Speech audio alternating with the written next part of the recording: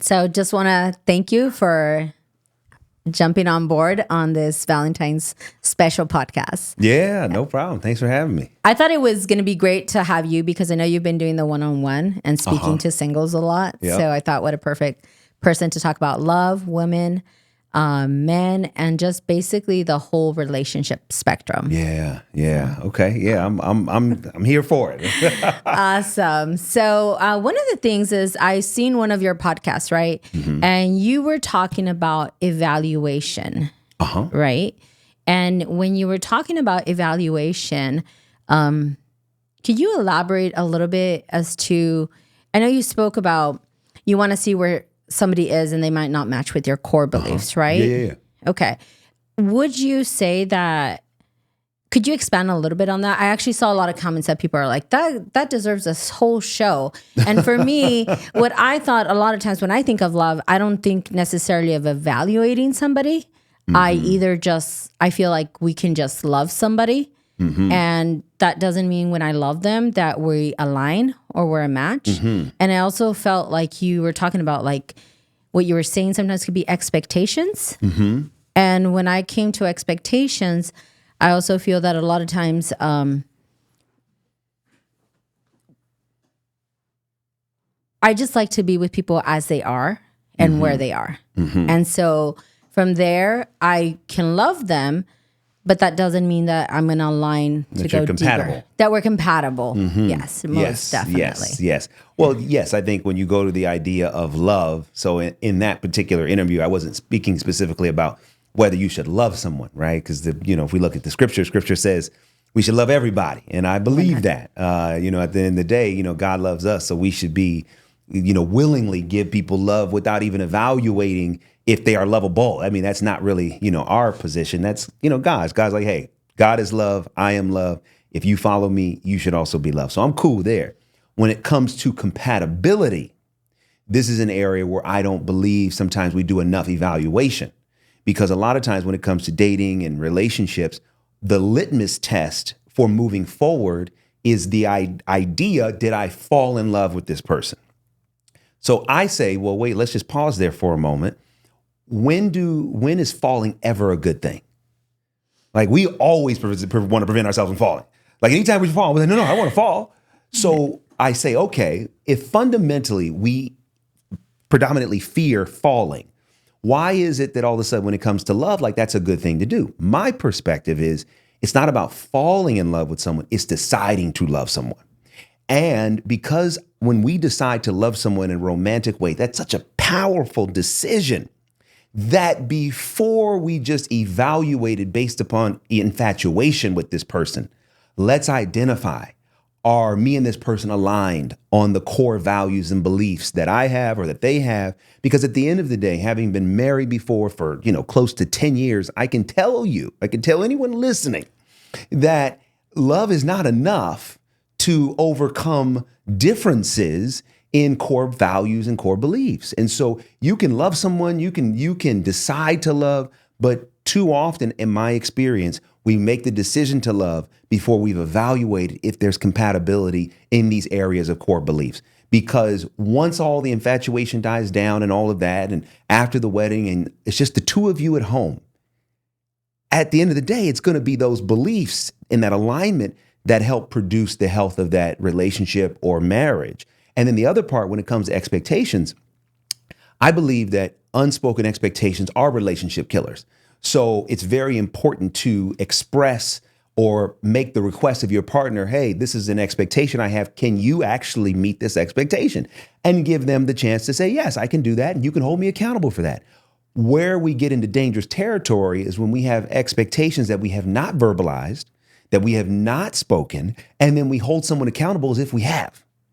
And then we get mad at them, and then we expect them to be a mind reader. Well, if you love me, you'd know. Well, that's not true, because we all love in different ways. And just because I may be in love with someone doesn't mean that I am fully aware of what they expect of me unless they give me the opportunity to say, yes, I can do that. I understand that. Let's talk that through. So that's kind of a three different ways to look at, that clip from that interview, in terms of what I was, saying and trying to articulate. So good, so expansive. Yes, because that could lead part of it. It doesn't go into the part where you're talking about. You do discuss this. You do have a conversation. You do bring it up. And if you just from that one clip, and it's one of the reasons why I struggle with social media and why I have kept myself kind of like a secret is because when I put content out, I feel like it can be taken just from one angle, but they don't understand why I'm saying this one thing. That's right. Is because of all these different things that are in context or in the background for me. Yeah. And they don't know that. No. So absolutely, I love your explanation, which also brings forward when you mentioned, you can speak on this because you were married for 10 years. So you're saying this is from experience. And I love that because a lot of the times, some of the commentary that can be out there is like, oh, well, he got divorced, or just kind of like seen in a negative light. Sure. Like, you have no right to speak on this. I'm like, if there's anyone that has the ability to help, is somebody that's been through it, Yeah, I would agree. I so love that. So that was like a big thing for me, which leads to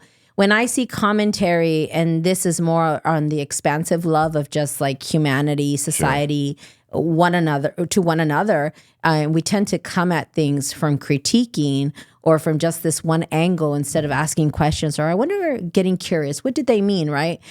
Would you say that we know how to love? Like, we have a really good education. Would you say the general population has a good understanding? And I know that would be like a big question, right? Like, who are you to decide, right? But I'm just saying, in your observation, do you feel that we are well educated on what love is? Well, it's interesting. I think we are, from this vantage point. When we are born, love does not have to be taught. It is innate.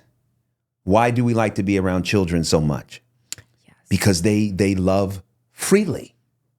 That's just who they are. And I think the challenge is that as children are socialized into, fitting into families and communities and churches and, in whatever cities, right. As children are socialized, into what we call society, I think that's where the initial innate love then becomes challenged. Like, well, wait a minute, now there become all these rules, well, you don't want to do this, and oh, you have to be careful of this, and oh, you have to be careful of that. So then what a child does innately then becomes an issue of like, well, I'm afraid to do that now because of the danger or the concern, or I've been taught, no, don't do that. So I think as adults, part of the challenge is we just have to learn to unlearn what love really means, which I believe love is our natural disposition.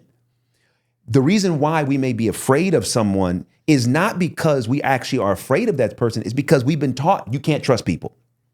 Well, where the last time you were in a relationship, that person broke your heart. So now you got to keep your guard up. Well, that's a defense mechanism. That's not the actual, original divine design of who we are, in my perspective, my opinion. So I don't believe that we have an issue with learning how to love. I think the issue is learning how to unlearn how we've been taught how to love, because we come into this world loving. And if we just got back to the original divine design of who we are, life would change, because we are inherently loving. When you look at kids, most kids, of course, there are going to be fights here and there, but most kids, they're playing together, they're sharing, they're jumping off tables, they're just loving life, right? Yes. And if we as adults, as we get socialized, we get older, we get more fearful, we get more, restricted. We're taught don't do that. So I think that's what makes loving as an adult harder, when really it's actually very simple. Because at the end of the day, I believe that love fundamentally means, like, if I'm in love with someone, or if I love someone, it means that their well-being is important to me. That's how I look at love, right? So your well-being being important to me, that to me is a natural disposition. Like, I don't have to do anything to be in that state other than unlearn whatever's keeping me from it. Because at the core of who we are, I believe we were born to love, because we were born in love. No matter if you were born, with two parents together or not, it's not about that. We were all born in the image of God. So we were all born in the image of love. And so if we could just get to that, I think things would change exponentially. I'm done. Mic drop. And what I mean by that's just so powerful. Like, I'm literally like, I'm just trying to catch my breath right now because that was so beautiful because it's so true. And I struggle with that with people. I often get like, when I talk about forgiveness and what forgiveness isn't and what it is. And I remember talking to a man of the cloth and he says, well, and I explained to him basically what you just said. If we just unlearn, we could just walk with each other in love. And it was kind of funny because he said to me, he turned around and said to me, but that's just for Christ, what I explained to him. And I was like, that's for all of us. Right. Like, and he's much my elder and I just, smiled, but I'm like, that's what V-Saga is all about, is trying to teach that, and you said evaluate, and you mentioned it in everything that you said. You said, like, if I'm loving you, what does that look like and what does that mean? And that's actually what I think love would change a lot. If instead of evaluating or quantifying or qualifying the other person, I get to evaluate, am I showing up in love? Yes. Because and like you said, you talked about God. So when I look at, if I believe I'm a Christ follower, then I look at myself like, is this me walking in love? Because I may have every right to be petty or to be righteously infuriated or entitled, whatever you want to call it, right? But at the end of the day, am I choosing love? Am I choosing how do I walk in love in spite of? Mm-hmm. Right? Yeah. And that's what I like to evaluate.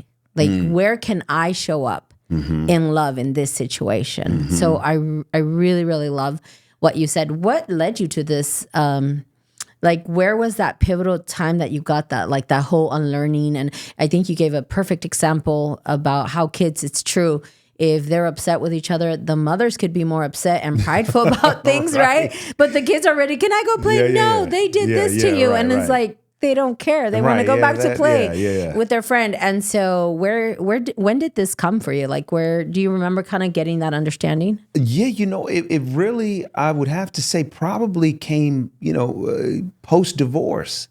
When I really had to just do some soul searching and really just evaluate myself and say, okay, well, how did I get here? What were the things that I did that contributed to this? And let me, do that work. And so from that, I began to realize, like, oh, got it, right? Like, love is our default. And that's cool. But what happens is we take what we believe is love, right?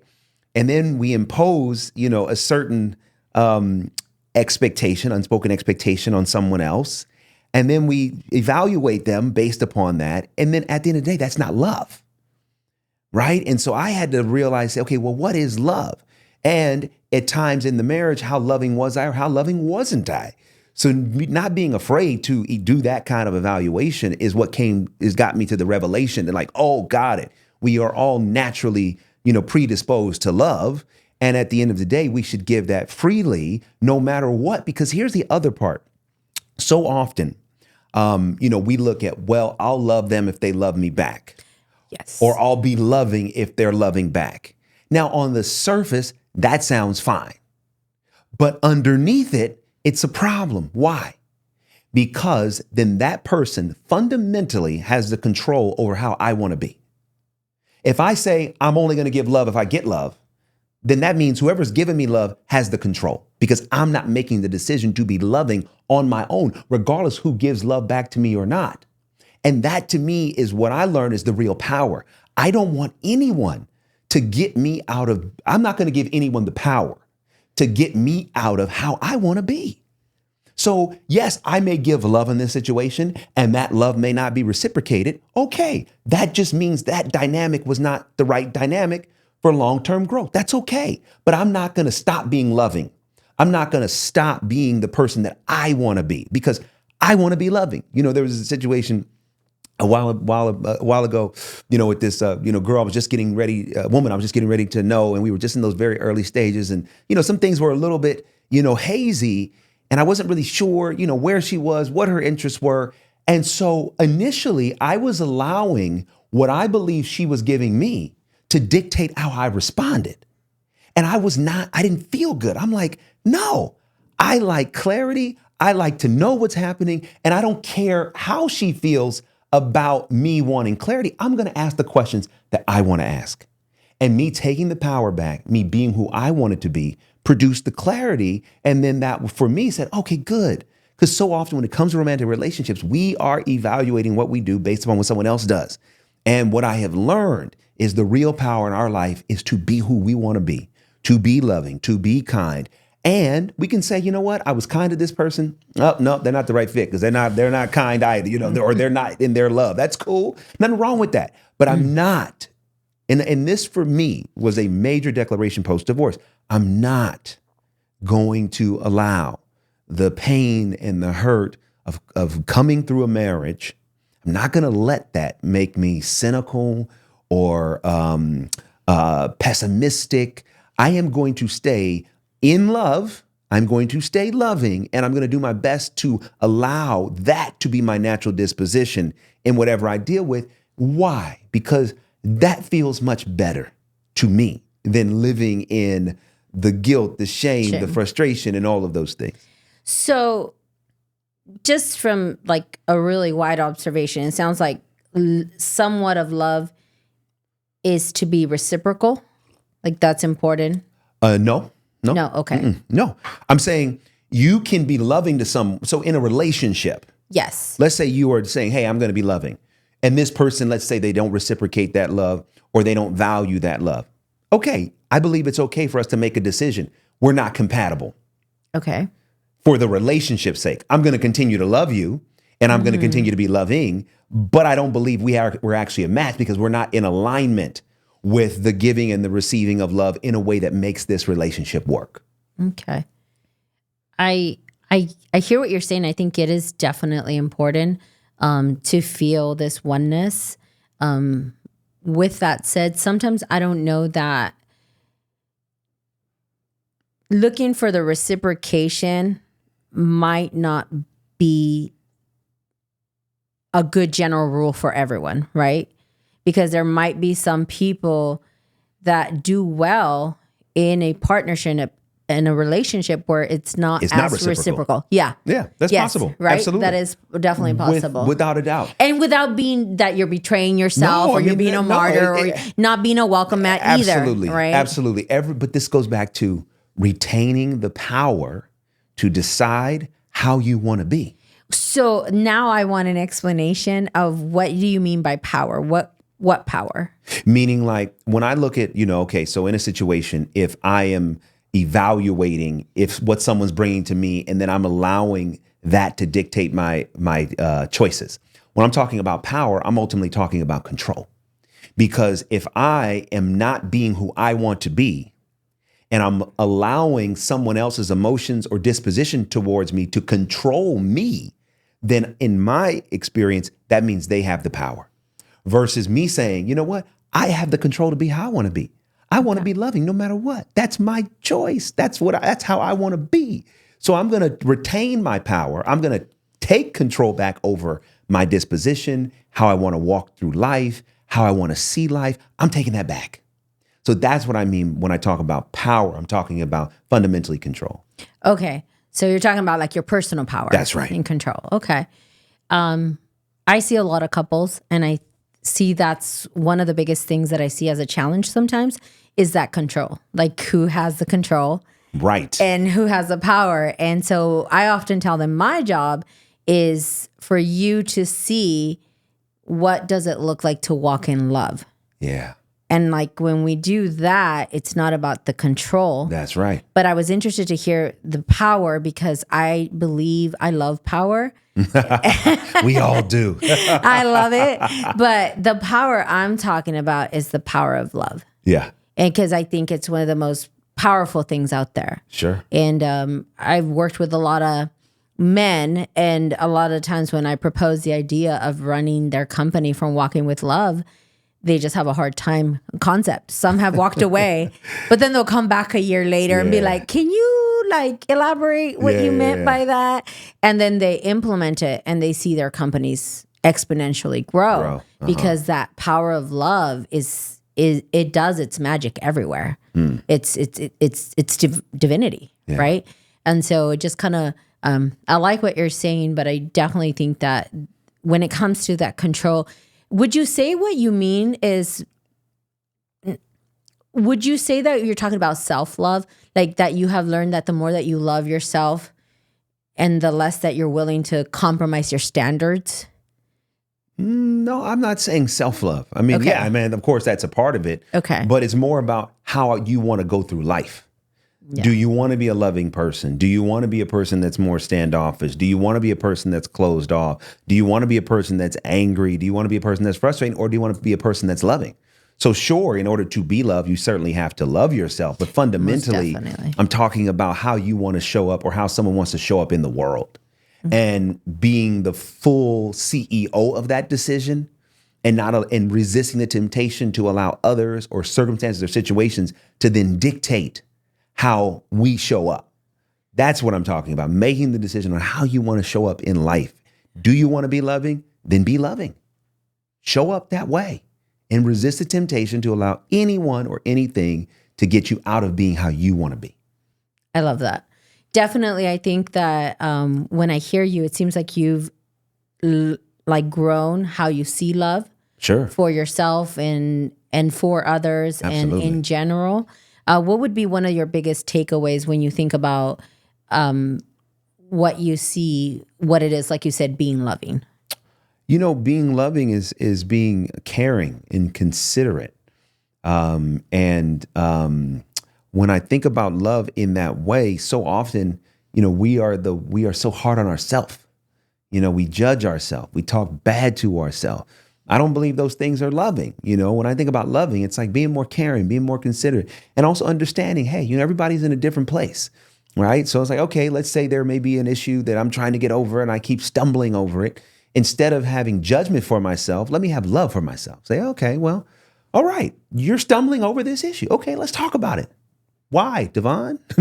You know, what is it? Without judging, without judging. Oh, okay. Here's maybe an area where you're not feeling heard. And so as a result, it's showing up in this behavior that you don't like.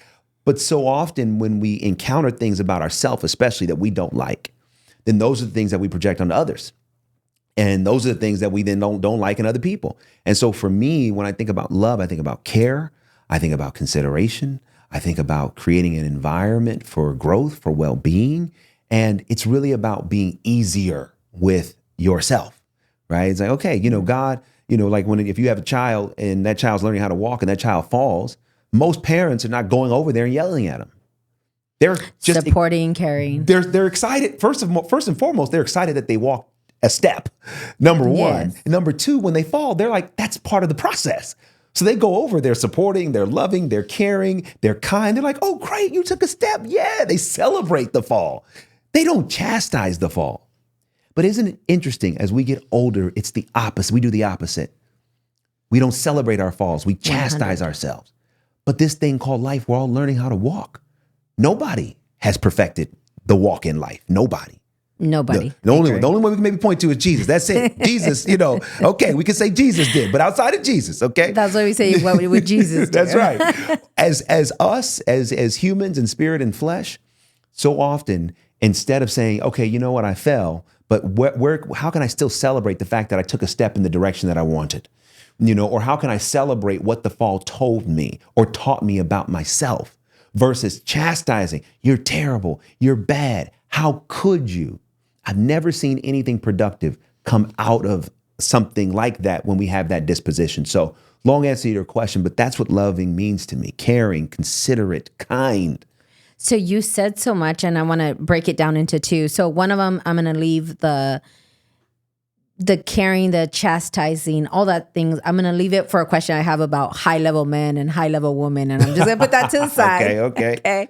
But kind of going back to what you described a lot is what I define as self-love. And I think a lot of times people think of self-love like, taking care of me and I'm going to do me. And that's not what I mean by self-love. By self-love, I mean that my relationships with others is simply an extension of the relationship I have with myself. So yes, I am only going to be able to give you that mercy and grace and comprehension and understanding and support if I have had a habitual pattern, dynamic learning of doing that for myself. Yeah.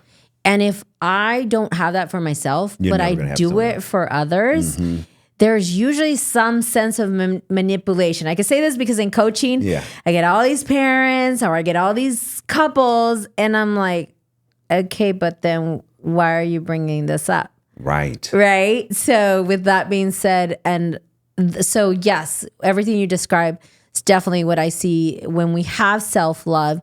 And self-love means to be very real with myself, that I can see, which is something that I love that you do. The way you share yourself in the platform when you're in ministry, and that you do life coaching and you do therapy and you do all these things. And that is so loving because there are so many times that how many people fall because their minister got caught doing this or that, and they don't realize what they're human. Yeah. Right? Absolutely. And so you've been so loving, and then that makes me inspired, or like it's achievable for me to have a good relationship if my person that's ministering to me is showing me that it's hard. Right. That is hard being a human. That's one of the things that we say at V-Saga. It's hard being a human. And the one we're trying to switch people to, it's okay to be human. That's right.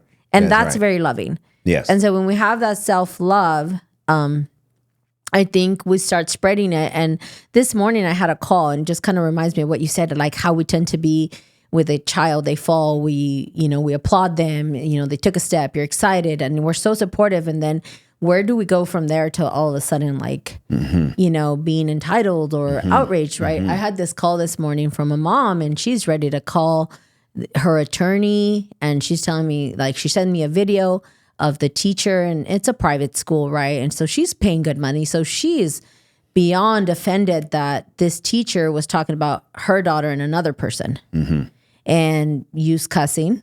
And this is a Catholic school, right? Oh, wow. So she is very like upset. Yeah. And she's calling me to get some reference. And I said, well, she's very unconscious. And so she needs you to lovingly, instead, I said, first, look at, why are you mad?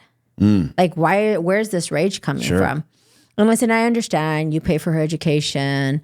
You're saying she's unprofessional. That's not right. And we could go on that's not right all day long. But what would be the loving thing? What would be the Jesus thing to do? I go, because this is a Catholic school, right? Right. So I say, do you think maybe she's unaware and unconscious? And like, what if she's saying your daughter's this in the video? Is she not doing the same thing by the way she's displaying herself? And how much value would it have to have her see this? And like, wouldn't that be, And so then I explained to her, 85% of the population is very unconscious. And about 10% that are conscious are busy chastising how unconscious the 85% is. Wow. So then we got 95% just recycling, right? Right. And so that's because we don't walk in love. And we don't walk in what it is to really see, okay, what does love look like? It doesn't look like me getting my lawyer to plummet you because you were unconscious. And so that kind of goes into the high level. I just like to hear your thoughts, because I think a lot of labeling and quantifying and qualifying, which is all away from love and boundaries, all this conversation that's going on, I think is so negative in us ever getting more united as a being, let alone a couple, let alone a family, let alone a community. So I'd like to hear your thoughts on how much we've started to label ourselves like, oh, that's a high value man. So this one's a low value man. That's a high value woman. Like, so that's a low value. Like, I just don't get it. Right. I'd like to hear your thoughts on it. Right. Yeah. Listen, I think that I think labels are tough, even if they're quote unquote good labels, because are any of us just one thing? Whew. So even a good label, oh, you're a high value woman or man. Okay, well, what does that mean? Exactly. And that label then comes with it an expectation. How about I'm just going to be a man? Period. Like, I That's will so have loving to just let you I'm gonna somebody be man, be. right? I'm just gonna be. That's just who I am. I will be a man with high values or values that align with my highest good. Great. That's wonderful. A man with high values. Wonderful. But too often we have these labels And then we spend our life trying to live up to them. And instead of really just being who we are, we then allow the label to define who we are and what we do. And I'm going to say something that's going to sound crazy, okay? Okay. It's going to sound absolutely crazy coming from me. Okay? I'm ready. Which is, okay, so God, I believe, created all of us, in his image, right? So we were all created, unique and special. And each one of us has a different way that we see life and different things that we can offer life. There's no one in the world that's the same. Even if you're a twin or a triplet, everyone is still different. Yes. Right? Okay, so God made us different for a reason. And part of what happens in life, I believe one of the joys of life is to explore that difference, to experience that difference. However, labels, whether we deem them good or bad, inhibit that growth, inhibit that exploration. So even the label of Christian. Agreed. I already. So I've been a Christian. I am a Christian. I've been, Christian pretty much my whole life. But what happens is that as we grow in faith or as we grow in religion, a lot of times we practice Christianity in the way that it was taught to us. Yes. So as a result, we then are trying to live up to a label or a standard versus saying, okay, I am DeVon who finds value in a Christian way of life. That's very different than saying I'm DeVon the Christian. No, I'm DeVon. And then everything that comes behind, depending who you're talking to, what that label would mean to them. There you go, right. And then I'm no longer present with you. I no longer see you. And I no longer see myself. Now Yes. I'm trying to speak from the label. I'm trying to speak from your expectation. If I say I'm a Christian, then what happens is I don't then speak as DeVon. I speak as the Christian you want me to be versus me just being me. Yes, I am DeVon. I am a follower of Christ, but it starts with me owning who God created me to be, which is me, right? So I got to first say, hey, I'm DeVon. I believe in a Christian way of life. I believe in being a follower of Christ. However, I also believe in making sure that who I am also shows up because that honors Christ too. Because he found you so meaningful and purposeful to create a you. Exactly. And what happens is I think the world gets robbed of the you that we really are or the me that I really am when we allow a religious label. You're stirring a whole other podcast out of me right now.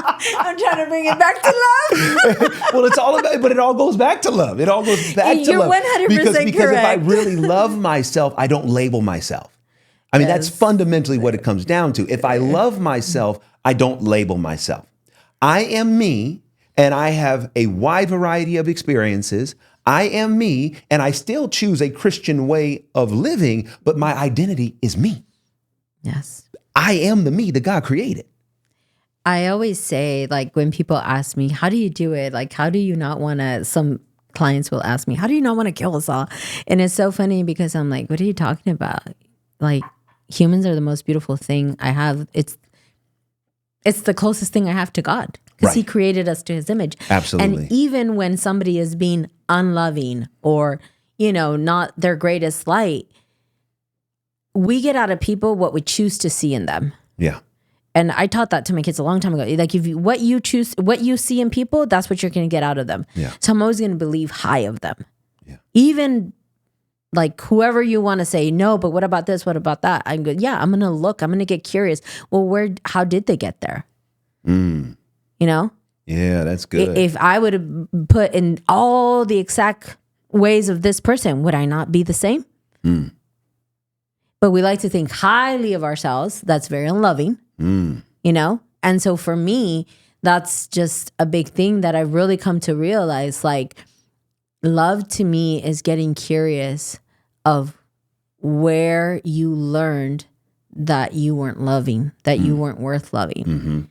Because I believe like you that we are inherently good.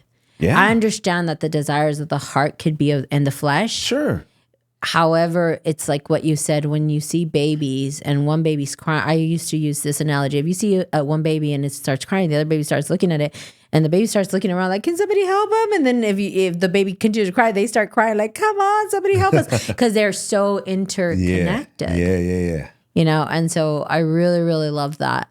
I just kind of want to thank you today with all this talk. Like I said, I've said it. If I hear one more time, toxic men, toxic masculinity, and it's all these labels that if we just start to like really drop labels and be present with one another and walk with each other in love. I remember my daughter told me a few years ago, we create labels so that we can feel safe. Yeah. So that I can then box you somewhere and give me my false sense of illusion that I know who you are and how to wall myself up or how to, you know, carry myself, to have control, to have power, right? Right. And it's that power of love that I really wanted today's podcast to bring forward. Yeah. I really cannot commend you enough. Like I said, I think that you speaking in the platform, sharing with people the need to do the work, to therapy, coaching, whatever it is that can help you expand and get an education of our heart and our mind. It's just been phenomenal. It's been an honor just being a part of your life. No, thank you for all the help. You know, I wouldn't be as far along as I am without you. So, you know, all the conversations we've had and all the coaching sessions and, you know, you calling me on my stuff and be like, no, why would you say that? Why do you think that? You know, all that's good, right? Like, I love all of that because so often in my experience, we don't take the time to do the work on us. We don't. We'll work on our degree, we'll work on our job, we'll work on our house, we'll work on our money, but we don't work on us. And we're the ones that show up everywhere. So that's real love. Love is like, okay, going back to kindness, care, consideration. How am I doing those things for me? Yes. Not in what I buy, not in what I watch, not in what I do, but with who I am. Can I be kind and caring and loving to myself and acknowledge, okay, you know what? Instead of the chastisement or the judgment, here's an area of growth for me. This is an area where I'm still in need of growing. That's so different than this is an area where I'm failing. This is an area where I'm doing bad. And so part of loving is changing the self-talk. Instead of, you know, it being the negative voice, we got to like put you in our head. Like, no, we got to have a positive coach. Like that negative voice needs to be a positive coach, like in saying positive things. But when we are not loving, fundamentally, I think that skews our perspective. So to me, that love is about that perspective that is like, okay, you missed this shot. Okay, cool. Why? Oh, because you can't. Your elbow was this way. Oh, got it. Okay, does that mean that you are a bad shooter? No, it just means that you had your elbow. So if we looked at life that way, that you know, God is our coach, right? Trying to coach us into our fullest loving potential. God is not sitting on the throne like this. No, he's not. He's not like this. He's not pointing the finger saying, you're messing up. He put us in spirit. He has spirits. He put us in this flesh experience for a reason. So when we fall, when we have challenges, he's not surprised by that. So if God is looking at us in love, even in our most difficult moments, why don't we look at ourselves that way? Return to love is return to God, basically. Amen. Amen. And I love what you said about, you know, the voice in your head, right? Like we need like God's voice, or we need higher consciousness, right? Higher consciousness is God.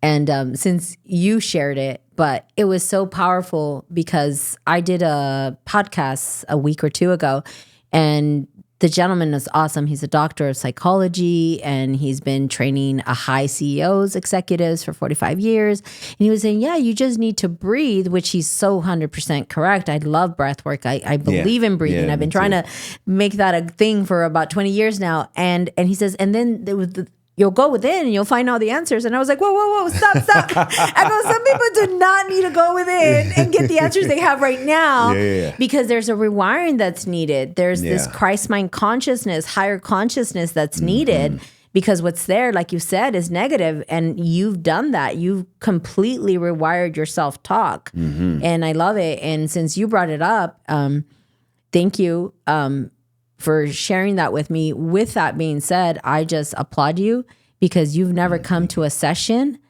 trying to figure out what's wrong with the industry, people, anything, you always come like, where am I not showing up? Mm-hmm. That's right. And I mean, not a lot of men know how to do that. Really? Like, no. I didn't know that. No, like that's because we like to feel that we got it. And to grow for a lot of people means like that they need to be fixed. And nobody likes to feel like, that's why a lot of people run from the deep work. Yeah. Like I tell people only 1 to 3% really do the work. And you have that where you're willing to look like, show me. That's right. Show me where I'm responsible. Right. Show me where I caused this. And that's very rare. Yes. A lot of people like to do the work because, like I said, it's the 10% that now likes to call out the 85%. Right? Mm-hmm. Yeah. And so that's good. That's really good. That's all you, brother. Like that's it's just good. It's important. It's like when you were saying that, it's like, made me think of, why don't we want to see ourselves? Right? That's a really good question. Why don't we? Why can that be the most terrifying thing to do? It's easier to point the finger and to say, no, them, but it's sometimes for whatever reason hard to look at the mirror and say, well, no, it's me. I'll share that with the people that have went really, really deep in this work. They come to a point, it's never failed with all of them. They feel, oh my gosh, I'm evil. And then I sit there and I'm like, oh, I can't wait for you to flip this and see the reality. It's because we have such a deep conditioning of we have to be good. Yeah. And then that's the part where it's like, honey, you're human. Exactly. And it's only happened, I've served thousands of people. When I say the people that have went really deep, it's only happened like 7 times. Wow. And I've seen that in you. Then that's why I wanted to commend you, because you show up that way. Like, show me me. Show me me. So with that, I just want to end it and thank you for just being so open and supportive of what we do. Absolutely. And I can't thank you enough. I wish you a happy Valentine's Day. Thank you. I just want to bring a real quick thing about Valentine's Day. And I don't know if this is a United States thing, because I know like in a lot of Latin and South America and Mexico, it's known as the Day of Love and Friendship. El amor y la amistad. And here in the States, we call it, it's love for couples. Yeah. And Single Awareness Day. Like we make it such a negative, right? Like singleness is such an awareness. So I did want to turn everyone that doesn't know you, that hasn't heard of you, that they should really listen to your one-on-one series. Yeah, one of one. Yes, and that can be found on YouTube very found easily. On YouTube one-on-one DeVon Franklin. Well, if you type in one of one series DeVon Franklin, it'll come up. It's actually hosted on the One Church LA YouTube page. Awesome. So there's 6 parts to that series, and it's all about unpacking the truth about being single and how to look at it as a powerful position, not as a negative one. It most definitely is. And I think that when we own it as a powerful, I remember back in 2013, 14, 15, the man that I told you says, oh, only Jesus could walk like that. He every time I see him, he says, Raquel, I keep praying that you find a man. And I'm just like, why do you do that to me? Like, I'm perfectly fine. Why would you do that to me? I'm good. I'm straight. But it was really funny because for a long time during that season, everyone would always be, oh man, your life's so perfect. You just need a man now. Oh, your life is amazing. Oh, like, when's that one thing gonna happen? And I would always just roll my eyes like, I'm busy. I have no time. Like, because I love what I'm doing, right? But it's really funny because I would say in about 7 years now, nobody ever questions that. Nobody asks me. It's like I'm such a one of one. Yeah. That I'm whole and complete that I don't ever get that question from new people that know me or anything. They're so much more interested in other things that I'm doing. Yeah. So I highly recommend, like I said, I did a deep dive into your one-on-one and I loved it. And that's a great Valentine's Day gift for anyone to gift themselves, is to kind of go out there and check some of those out. With that, I thank you and bless you. Thank you. God bless you too. Appreciate you having me. Thanks.